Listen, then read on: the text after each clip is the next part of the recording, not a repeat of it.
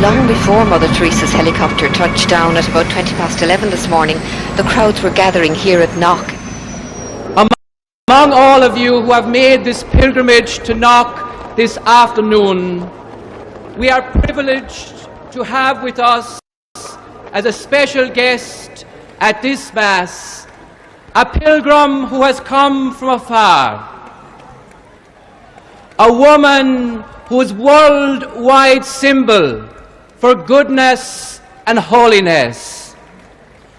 Not many claims made by the Irish clergy are widely or uncritically accepted, even in Ireland.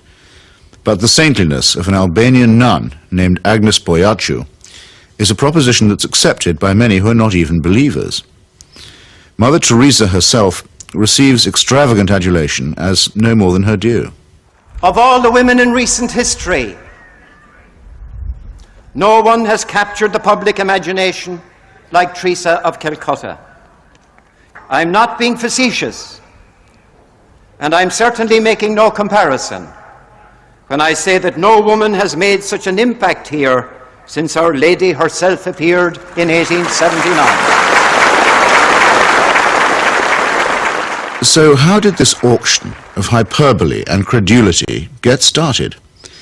In that year of grace, 1969, the scrupulously neutral and objective British Broadcasting Corporation permitted that old fraud and mountebank Malcolm Muggeridge to pay a devotional visit to the Calcutta Shrine.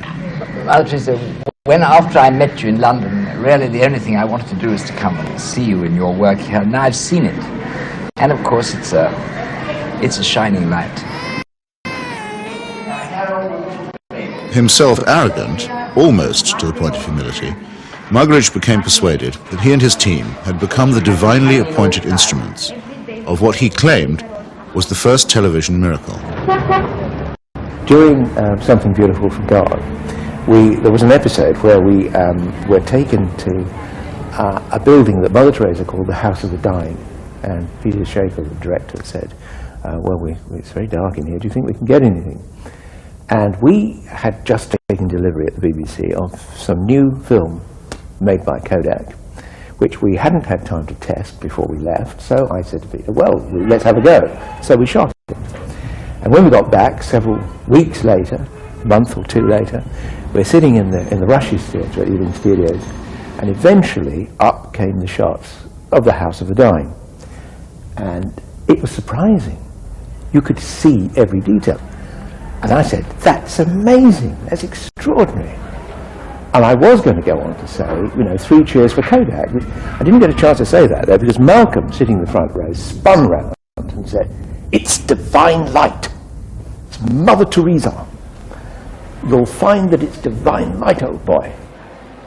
And 3 or 4 days later, I found I was being phoned by journalists from London newspapers who were saying things like, we hear you've just come back from India with Malcolm Muggeridge, and you were the witness of a miracle.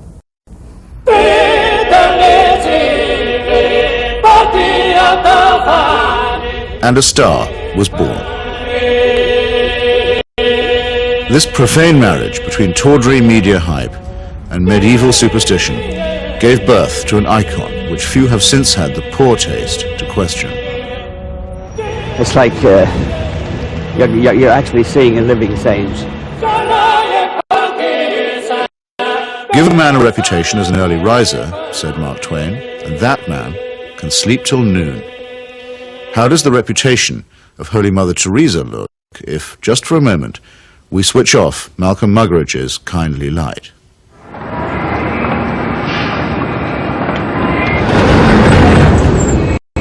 Mother Teresa is a Nobel Prize winner. She's a symbol. People in the West talk about her, so Indians adopt her at that level. The fact that what she does in the streets of Calcutta is really irrelevant to them. They couldn't care about it, and most of them don't even know. But Mother Teresa is the sort of figure you show to visitors. Mother Teresa's flagship institution is her home for the dying, a hospice which purportedly sweetens the last moments of otherwise destitute lives. My initial impression was of all the photographs and footage I've ever seen of Belsen and places like that, because all the patients had shaved heads. There are no chairs anywhere. There are just these stretcher beds, and they're like First World War stretcher beds. There's no garden, no yard even, no nothing. And I thought, what is this? This is 2 rooms with 50 to 60 men in one, 50 to 60 women in another. They're dying. They're not being given a great deal of medical care. They're not being given painkillers really beyond aspirin and maybe, if you're lucky, some Brufen or something for the sort of pain that goes with terminal cancer and the things that they were dying of. And I thought, what's the point?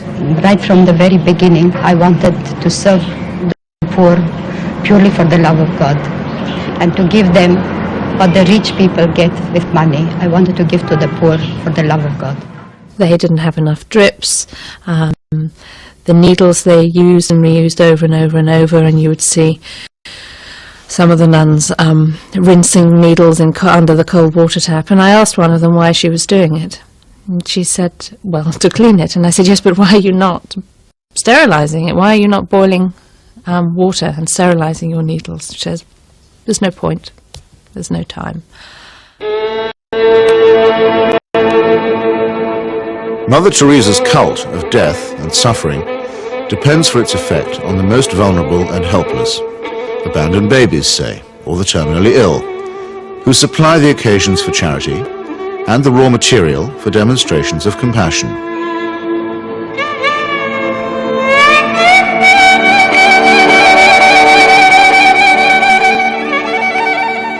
The first day I was there, when I'd finished working in the women's ward, I went and waited on the edge of the men's ward for my boyfriend, who was looking after a boy of 15 who was dying, and an American doctor told me that she had been trying to treat this boy and that he had a really relatively simple kidney complaint that had simply got worse and worse and worse because he hadn't had antibiotics, and he actually needed an operation.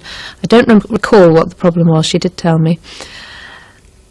And she was so angry, but also very resigned, which so many people become in that situation. She said, well, they won't take him to hospital. And I said, why? All you have to do is get a cab, take him to the nearest hospital, demand that he has treatment, get him an operation. She said, they don't do it. They won't do it. If they do it for one, they do it for everybody. And I thought, but this kid's 15.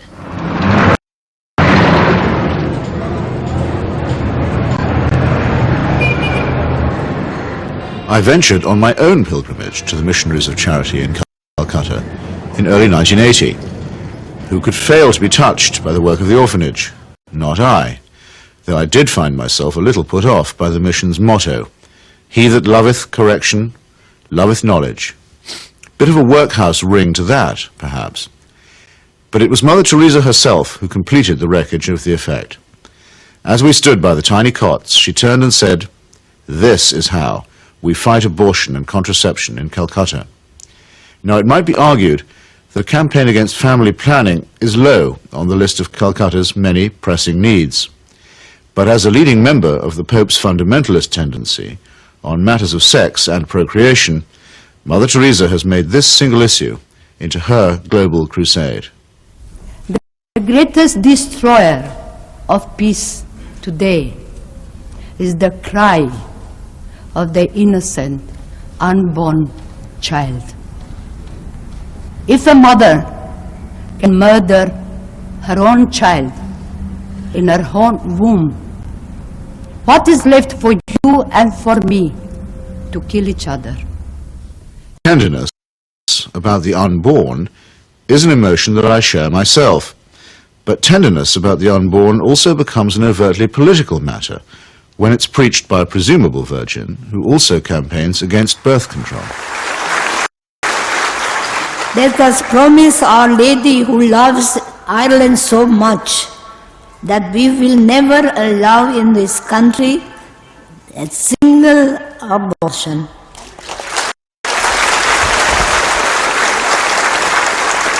And no contraceptives.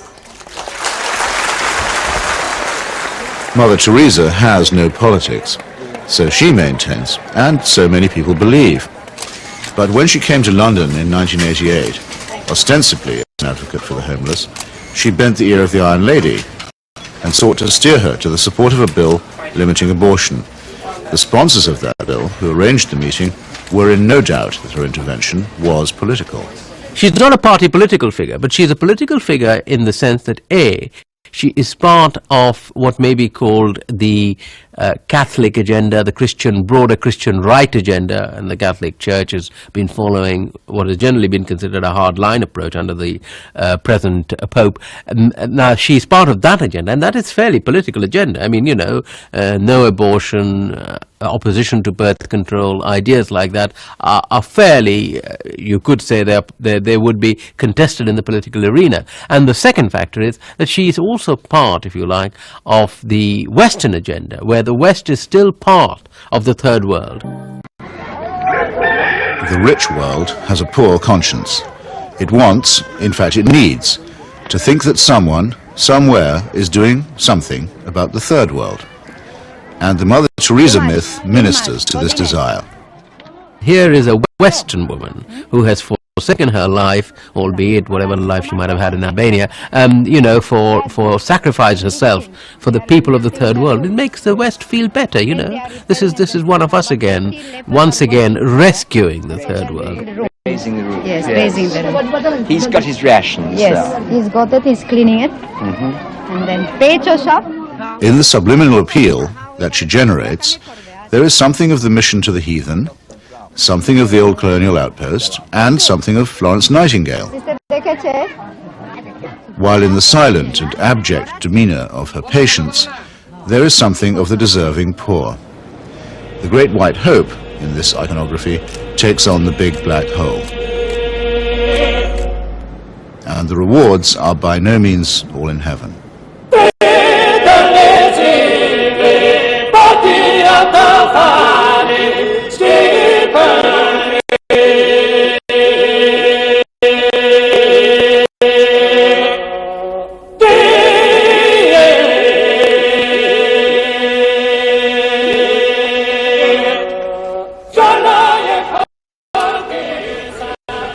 For someone whose kingdom is not of this earth, Mother Teresa has an easy way with thrones, dominions and powers.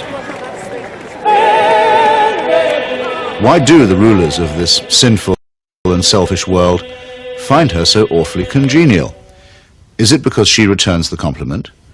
She may or may not comfort the afflicted, but she has certainly never been known to afflict the comfortable. Some people see her here, posing with Ron and Nancy. In the truest sense, citizens of the world.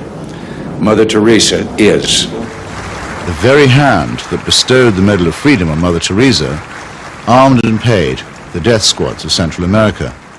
Accepting the award, with her customary modesty, on behalf of all the world's poor, she croaked, "I never realized that you loved the people so tenderly." I must say, I hadn't noticed that either. Reagan's proxies murdered, among many others, 4 American nuns and the Catholic Archbishop of San Salvador at the very moment that he was celebrating Mass. But, visiting the slaughterhouse states of the region during that period, Mother Teresa found nothing untoward. Everything was peaceful in the parts of the country we visited, she claimed, after touring the killing fields of Guatemala, adding for good measure, "I do not get involved in that sort of politics."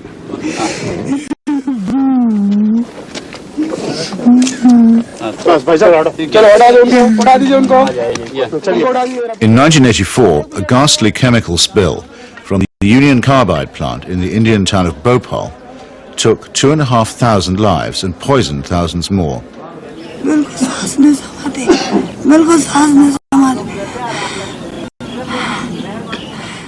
This was an act not of God, but of a negligent multinational corporation.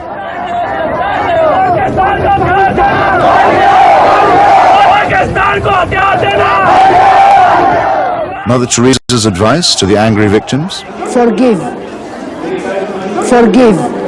What Mother Teresa has done is she has accepted implicitly the idea that there's nothing much you can do with the poor except take them off the streets and look after them. You cannot change their attitudes. You cannot make them feel that they have an ability, they may even have the means to improve and change their lives. She's not bothered with that agenda. She's only bothered with the agenda of trying to rescue their souls and make them a bit better before they go on to the eternal life, which is a very understandable, but in fact a very old-fashioned Christian idea. It is not a question of saying, how can we tackle the real problems of poverty?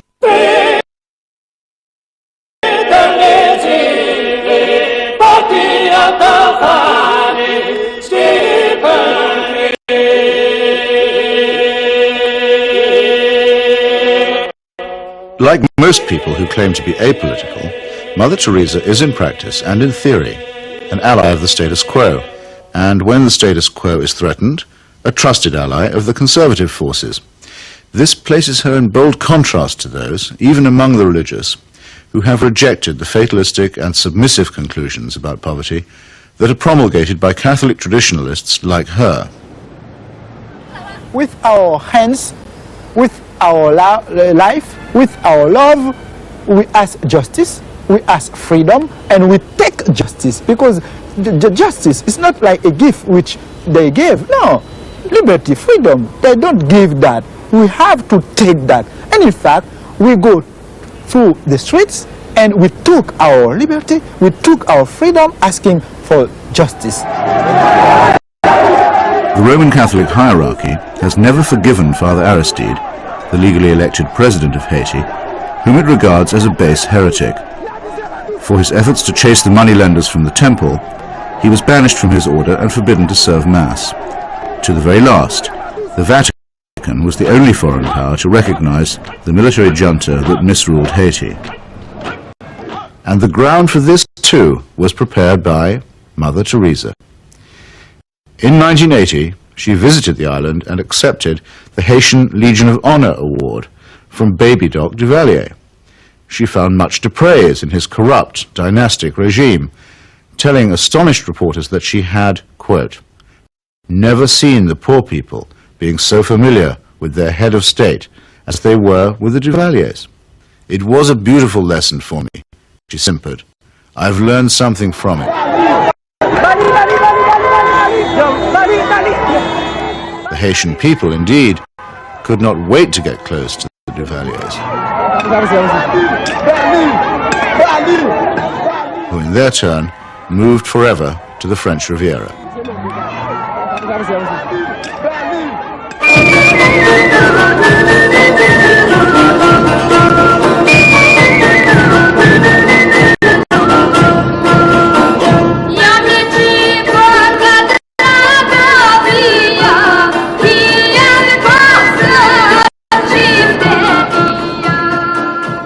Mother Teresa admires the strength of the powerful almost as highly as she recommends the resignation of the poor. When she visited her motherland of Albania, she appeared to take seriously St. Paul's notorious assertion that the powers that be are ordained of God. The Albanian authorities had proclaimed the world's first officially atheist state. They had persecuted all forms of worship except that of their leader, Enver Hoxha. No whit abashed, Mother Teresa laid a bouquet on Hoxha's tomb. Not content with honoring a Stalinist murderer and despot, she also bestowed a wreath on the monument of Greater Albania, a cause that was once smiled upon by Pope Pius IX and his friend Benito Mussolini.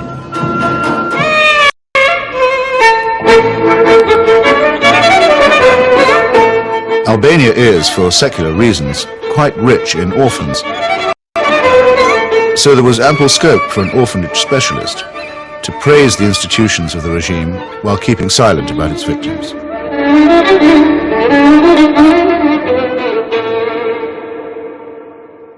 If it sometimes seems that the Saint of Calcutta is never actually in Calcutta at all, this may be because she operates more as the roving ambassador of a highly politicized papacy.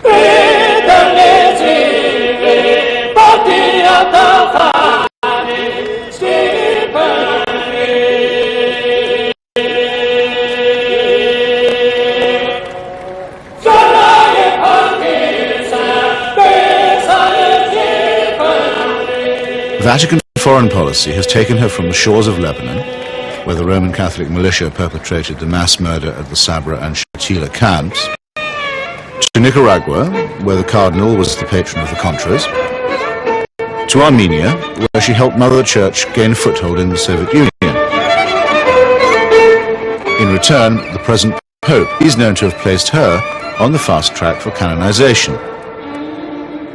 This is the kind of politics in which she does indeed get involved. Sometimes when I think of Mother, I wonder if I've done just right. Though I'm many miles away, I can almost hear her say, "Where's my wandering boy tonight?" Robert Maxwell's genius for self-promotion made a nice fit with Mother Teresa's talent for fundraising.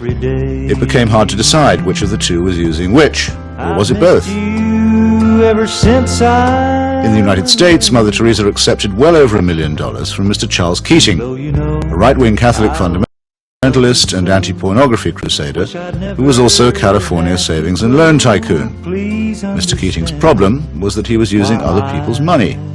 He's now behind bars after the greatest scandal in American financial history.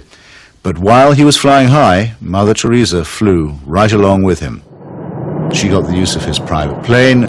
He got a personalized Mother Teresa crucifix, which he used to store up treasure on earth. Let's get him out of here. Why should the missionaries of charity have such a special vocation for work among the rich? And does Mother Teresa pick frauds because they need her help more than the honest billionaires?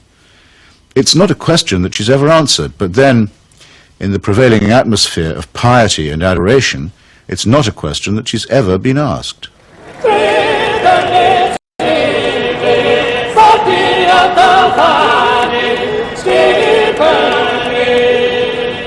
The Teresa cult is now a missionary multinational, with annual turnover in the tens of millions.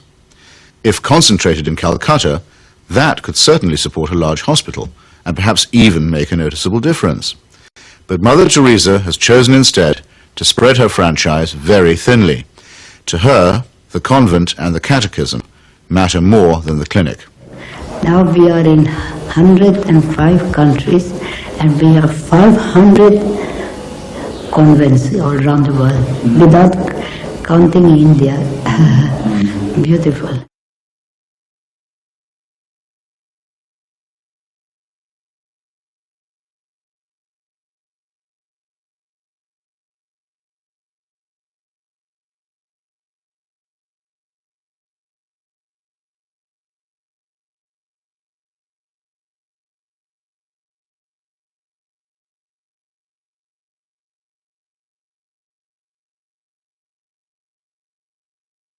Modesty, simplicity, humility. By these canonical keywords, we are taught that we may recognize saints. Yet Mother Teresa regards herself as mandated by heaven, which is hardly modest. She lends spiritual solace to dictators and to wealthy exploiters, which is scarcely the essence of simplicity.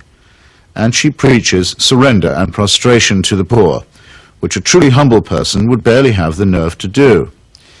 When she speaks about private or public morality, opposing family planning, for example, or defining abortion as quite literally the greatest threat to world peace, she takes on the grim and tedious tones of the zealot and the fanatic.